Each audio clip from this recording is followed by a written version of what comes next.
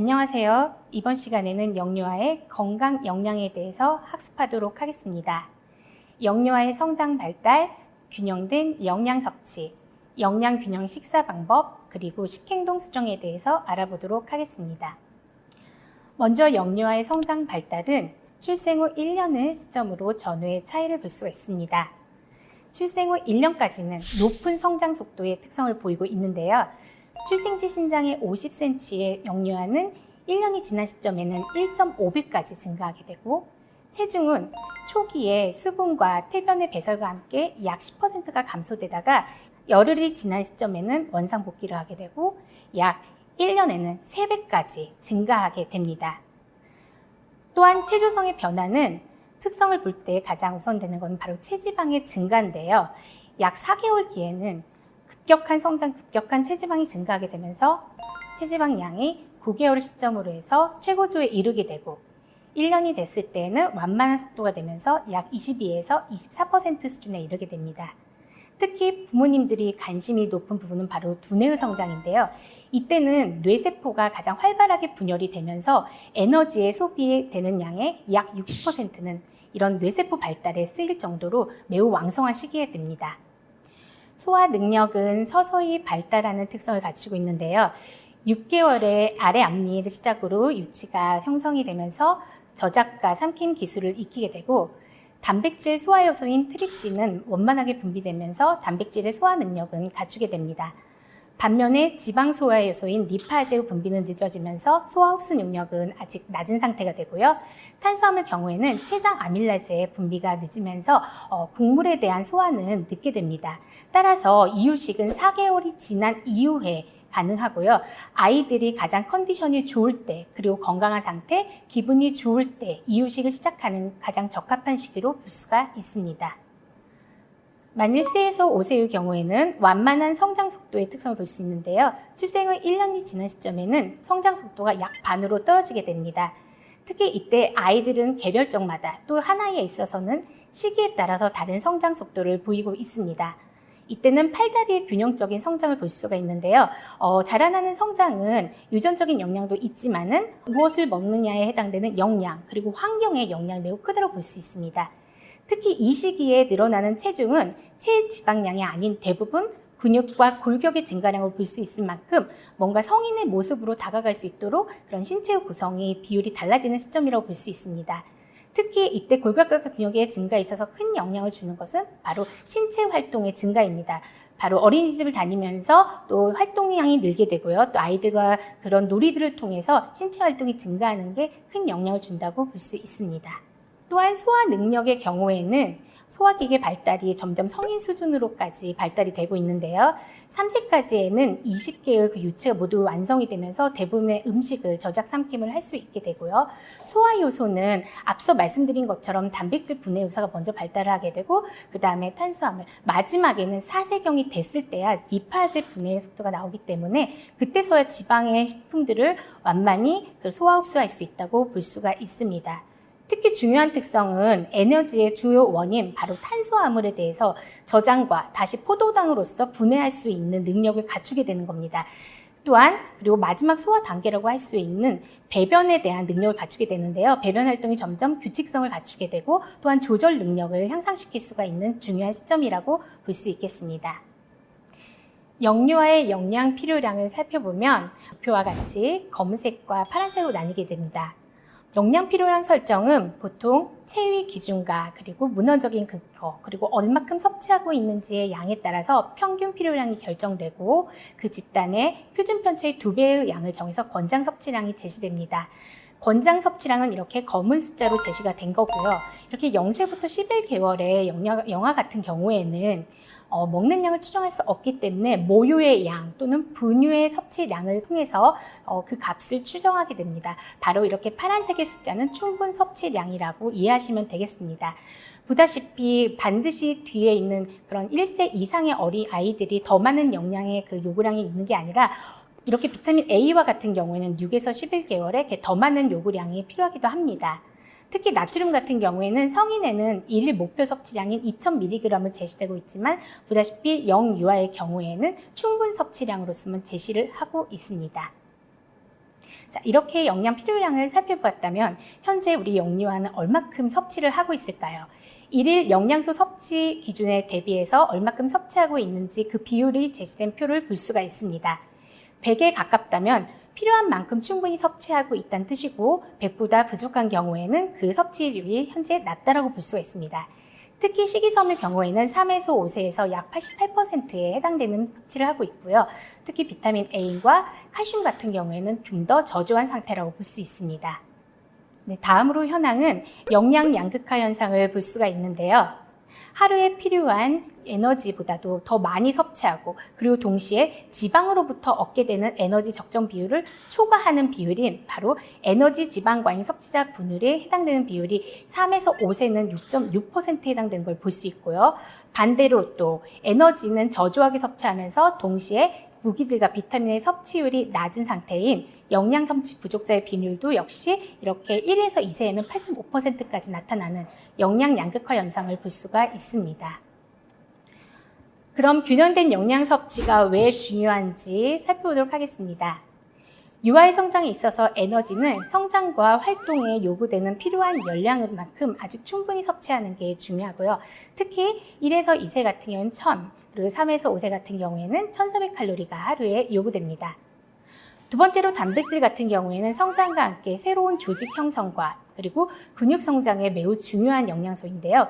이 외에도 어린이들의 면역 단백질, 그리고 효소, 그리고 호르몬을 합성하는 데 있어서 단백질은 매우 중요한 영양소이기 때문에 충분히 섭취하도록 해야 됩니다. 다음 식이섬유의 경우에는 과거에는 포만감을 주기 때문에 오히려 아이들의 식욕을 떨어지게 할 수 있다 해서 많이 강조되진 않았습니다. 하지만 최근에는 식이섬유의 건강적인 강점, 특히 프리바이오틱스 면에서의 강점이 강조되면서 충분한 양을 섭취하도록 되고 있습니다. 그래서 배변과 건강 증진을 위해서 충분한 양인 해당되는 일일 섭취량을 반드시 충족하도록 권하고 있습니다. 비타민 A 같은 경우에는 세포의 성장 그리고 분화에 도움되는 만큼 충분한 양인데요. 특히 세포 분화에 매우 중요하기 때문에 성장 발달이 있는 이 시기에 있어서 만약 비타민 A가 부족하면 일부 아이에게서 야맹증까지도 나타나는 증세를 볼 수가 있습니다. 또한 비타민 C는 뼈, 연골, 피부 구성에 필요한 콜라겐 합성에 매우 중요한 역할을 하고 있는데요. 이 외에도 면역에 매우 중요한 기능과 또 그리고 철분 흡수에 있어서도 비타민 C는 매우 충분한 양이 필요합니다. 다음으로 많은 분들이 중요하게 알고 있는 칼슘 역시 체격 발달과 골밀도 증가에 있어서 매우 충분한 양이 요구되고 있습니다. 다음 철은 역시 성장과 함께 아이들에게 중요한데요. 성장 발달이 있으면 그만큼 혈액량도 증가하게 됩니다. 산소 이동에 필요한 그런 헤모글로빈 양이 증가되면서 철의 요구량은 증가하기 때문에 충분히 섭취할 필요가 있고요. 아연은 많이 놓치기 쉽지만 특히 아연 역시 효소와 그리고 핵산, 면역 단백질의 합성이 매우 중요하기 때문에 단백질만큼 역시 아연도 중요한 영양소가 됩니다. 특히 아연이 부족하게 되면 식욕 부진에 있어서 영향을 줄 수 있기 때문에 충분한 양을 섭취하도록 합니다. 다음으로는 영양균형 식사 방법에 대해서 알아보도록 하겠습니다. 중요한 3가지 원칙을 기억하시면 되겠는데요.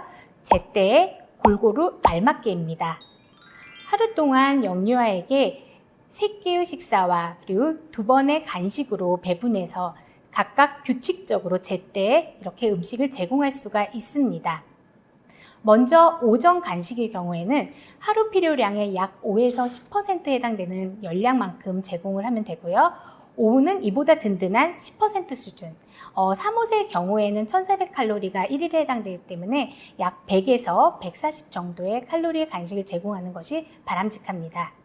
중식의 경우에는 간식 칼로리를 제외한 나머지 열량 중에서 3분의 1 수준으로 제공을 하도록 되어 있기 때문에 중식에 적합한 열량은 400에서 전후에 해당되는 열량으로 범위를 볼 수가 있습니다.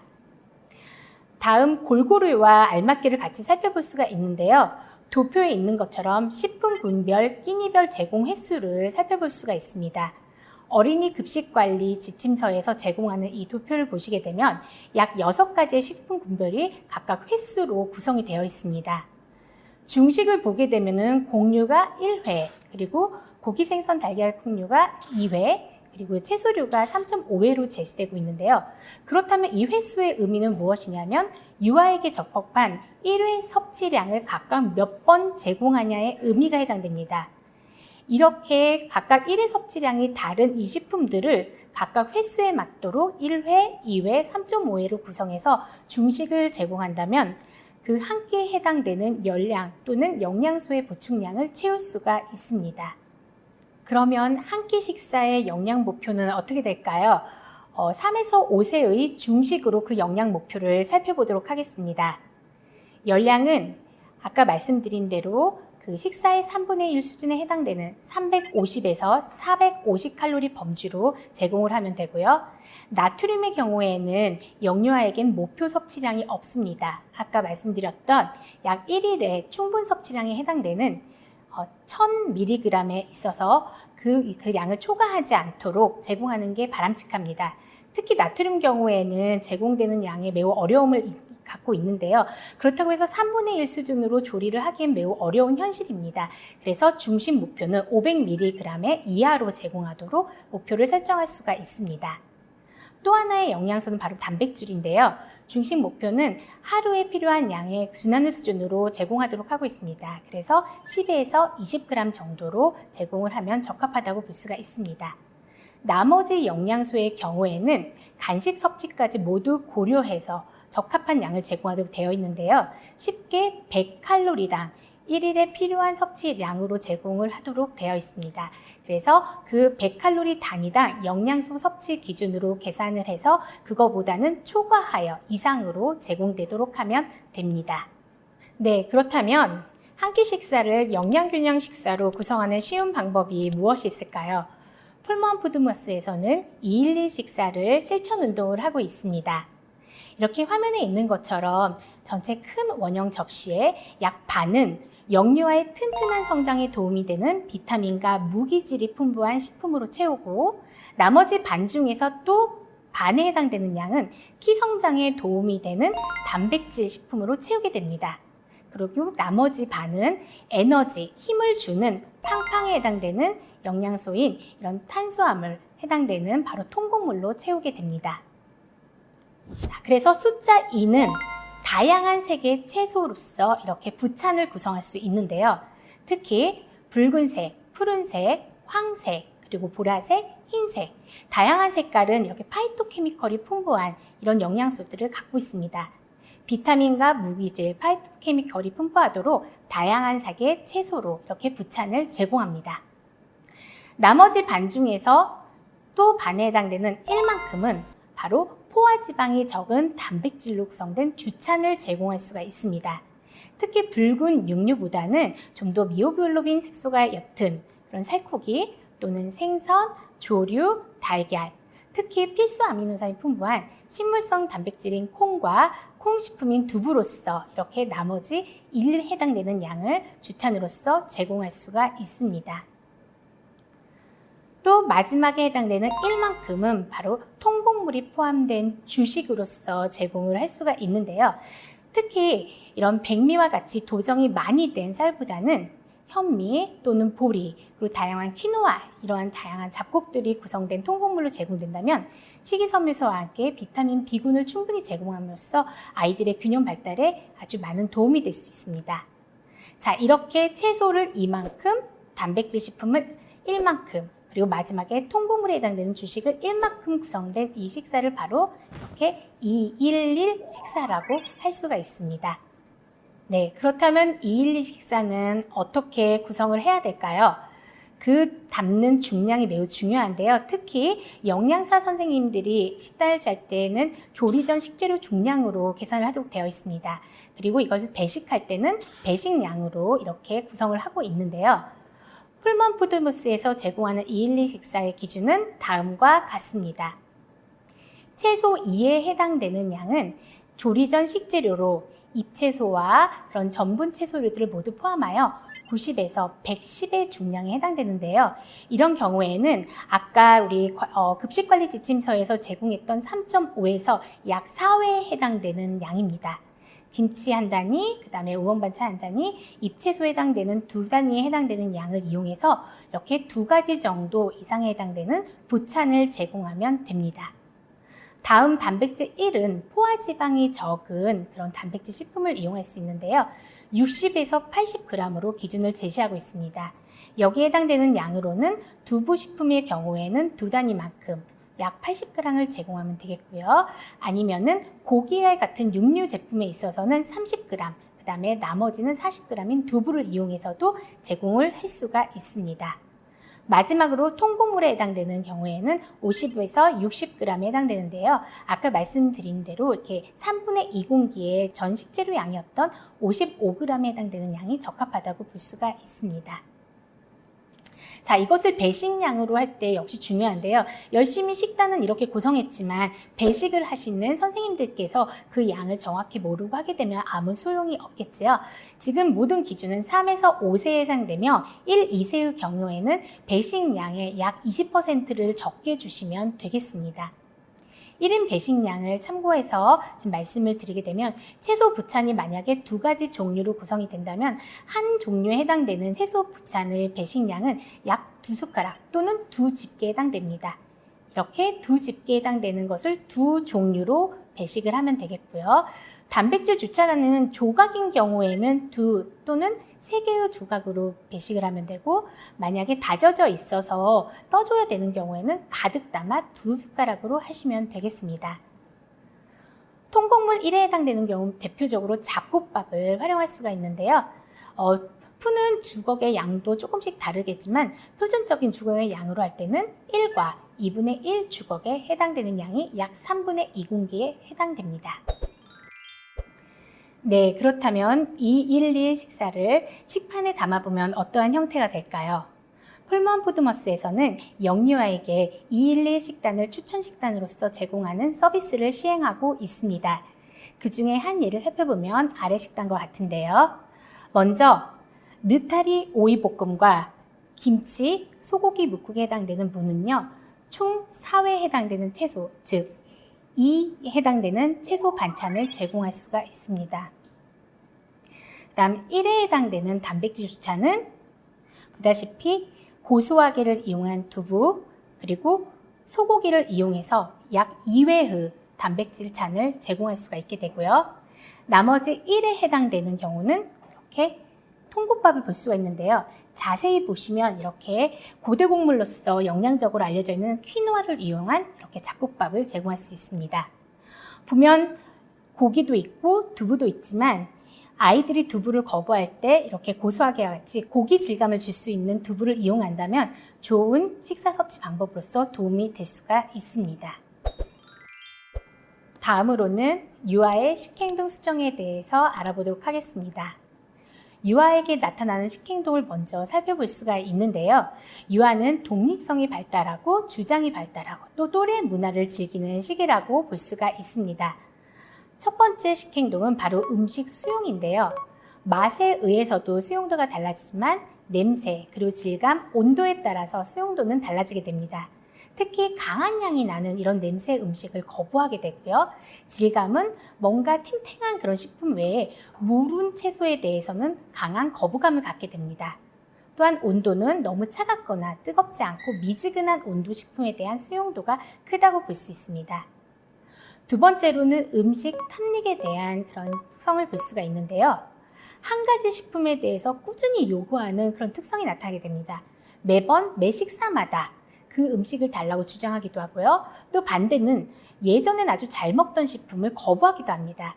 이러한 현상은 모두 일시적인 현상이기 때문에 싫어한다고 해서 다시 주지 않는 것이 아니라 시간이 일정 기간 지난 다음에 다시 제공하도록 하는 것이 바람직합니다. 세 번째는 주변인 따라하기인데요. 특히 가족 중에서도 형제자매, 또한 어린이집에 다니는 같은 또래 친구들은 가장 중요한 식생활 모델이 됩니다. 그래서 이렇게 친구들과 또 부모와 형제가 어떤 음식을 잘 먹는 모습을 보게 되면 본인도 따라서 함께 동참하는 현상을 볼 수가 있습니다. 네 번째는 식욕 부진인데요. 이런 경우에는 편식까지 이어질 수가 있는데 가장 많은 부모와 또 교사들이 당황하는 순간이라고 볼 수 있습니다. 크게 세 가지의 원인을 볼 수가 있는데요. 식사성 같은 경우는 예를 들어서 간식을 너무 잦은 간식을 준다거나 뭔가 본인만의 고집이 나타날 때 식사를 거부하는 그거에 의해서 식욕부진이 나타나는 특성을 볼 수 있고요. 심리적은 뭔가 식사 시간에 좀 안 좋은 기억이 됐다든지 주변에서 강압을 한다든지 아니면 너무 방임하는 경우에 역시 심리적으로 식욕부진을 겪기도 합니다. 마지막으로 병인적 경우에는요, 그 미각과 관련된 신경장애가 나타났을 때 본인도 모르게 식욕부진을 겪게 되는 현상을 볼 수가 있습니다. 네, 그렇다면 식생활 지도는 어떻게 해야 될까요? 유아에게 강하게 압박을 하거나 또는 반대로 너무 방임하는 것은 좋은 방법이 아닙니다. 만약 식사를 거부하고 있다면 식사 시간이 30분이 넘지 않도록 조금은 기다려주고 있다가 30분이 지난 뒤에는 식사를 치우는 게 바람직합니다. 또한 아이들이 뭔가 식욕부진을 통해서 음식의 맛을 느끼지 않고 있다면 간식을 자주 주는 것은 피하고 좀 더 신체 활동을 늘림으로써 공복감을 통해 식사를 찾을 수 있도록 해야 합니다. 구체적인 방법을 제시하면 먼저 첫 번째는 아이들이 거부감이 많은 채소, 그리고 소량으로 먹게 되는 이런 과일에 대해서 조금씩 친숙감을 늘리는 게 매우 중요한 방법일 볼 수가 있는데요. 채소는 다양한 조리법을 통해서 그런 맛을 통해서 채소에 대해 친숙할 수 있도록 해주시고 또한 거부하는 채소가 있다면 다지거나 갈아서 다른 음식 안에 섞어서 줍니다. 그리고 처음에 제공량을 절대 많이 주는 것이 아니라 조금씩 이용 횟수를 늘림으로써 차차 친숙해지도록 유도합니다. 두 번째, 아이들이 좋아하는 단맛, 짠맛, 기름진 맛에 대해서 피할 수 있도록 해주시고 좀 더 식품이 갖고 있는 질감을 통해서 자연의 맛을 느낄 수 있도록 유도합니다. 단맛, 짠맛, 이런 기름진 맛은 자꾸 먹게 되면 민감도가 떨어지게 되므로 좀 더 이전보다 강한 맛을 요구하게 됩니다. 그래서 이런 맛에 대해서 친숙하지 않도록 자연의 맛에 익혀지도록 좀 더 유도하도록 합니다. 세 번째는 식사 시간인데요. 이 식사 시간 역시 아이들한테 매우 중요한 식생활 지도가 됩니다. 그 시간 동안에 압박하고 괴로운 시간이 되는 것이 아니라 또래들과 같은 음식을 먹으면서 유대감을 형성할 수 있는 또 편안하고 즐거운 시간이 돼야 식사를 잘할 수 있다라는 생각으로 즐거운 시간이 되도록 제공하도록 합니다. 여기서 중요한 건 바로 급식인데요. 이전에 어린이에게 제공하던 급식은 사실 이런 전쟁과 함께 배고픔을 해결하는 수단이었습니다. 하지만 1997년도에 우리나라의 학교 급식이 전면 시행되면서 급식은 더 이상의 배고픔의 해결이 아닌 영양 균형을 위한 아주 질이 높은 식사의 제공 시간이라고 볼 수가 있습니다.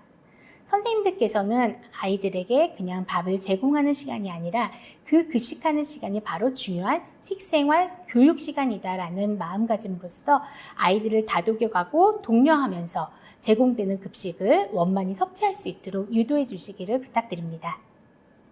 자, 그렇다면 선생님들이 아이들의 식행동을 수정하는 방법으로 어떤 것이 있을까요? 아이들과 함께 할 수 있는 방법인데요. 크게 4가지 단계로 볼 수가 있습니다. 아이들의 특성을 파악해가지고 각각 아이마다 문제가 되는 식행동을 발견합니다.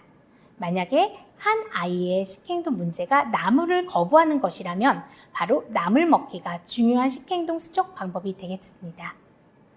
두 번째, 그러면 어떻게 해야 될까요? 식행동 목표를 세웁니다. 전혀 안 먹는 이 나물을 하루에 몇 번 먹을 수 있는지 이런 아이와 함께 논의를 합니다. 절대로 강제로 제공하는 게 아니라 아이가 할 수 있는 범주로 혹시 식사에 이런 나물을 한 젓가락 먹어볼까? 아니면 2젓가락 먹어볼까? 했을 때 어린이가 본인이 한 젓가락 먹을게요 하고 약속할 수 있도록 유도합니다. 그래서 하루에 한 번 나물 먹기를 목표를 세웠다면 아이가 그냥 지키도록 방임하는 것이 아니라 선생님이 함께 지도하고 독려할 수 있도록 식행동 목표 실천하기에 함께 참여하도록 합니다. 대표적인 방법은 점검표를 이용하는 것입니다. 그걸 통해서 아이가 꾸준히 실천할 수 있도록 유도할 수가 있습니다. 마지막 4번째 단계는 식행동 실천을 해봤다면 이거보다 더 높은 목표를 설정해서 그게 자리를 잡을 수 있도록 변화된 식행동 유지하기 기간으로 들어가게 됩니다. 네 가지의 식행동 수정 방법은 가장 중요한 거는 아이가 잘할 수 있도록 변화 유도 방법으로서 독려하고 보상하는 방법인데요. 대표적인 게 바로 칭찬이라고 볼 수 있겠죠. 잘 완성된 아이들을 많은 아이들 앞에서 최고다, 예뻐졌다, 건강해졌다 하면서 칭찬하는 방법이 아이들에게 큰 도움이 될 수 있습니다. 화면에 보는 것처럼 점검표를 만들 수가 있습니다. 약 28일로 이렇게 점검표를 만들고 아이들이 원하는 목표를 각각 설정하기로 합니다. 아까 말씀드렸던 한 친구의 나물 먹기가 바로 목표가 되었다면 위에다가 나물 먹기에 대한 내용을 하고요. 또 아이들이 좋아하는 캐릭터 아니면 별, 하늘, 이렇게 구름 이렇게 예쁜 그림으로 만들어진 스티커를 제작해서 아이가 그 목표를 달성한 날에는 붙여주고 이게 한 달 동안 몇 개가 되는지를 점검해 볼 수가 있습니다. 자, 예시를 보면 이렇게 아이돌 스타를 꿈꾸는 미니는 나물 먹기를 실천합니다 라고 해서 본인이 약속을 유도하게 하고요. 그리고 좋아하는 캐릭터라든지 예쁜 스티커 사진을 이용해서 실천한 날은 본인이 직접 이렇게 붙일 수 있도록 합니다.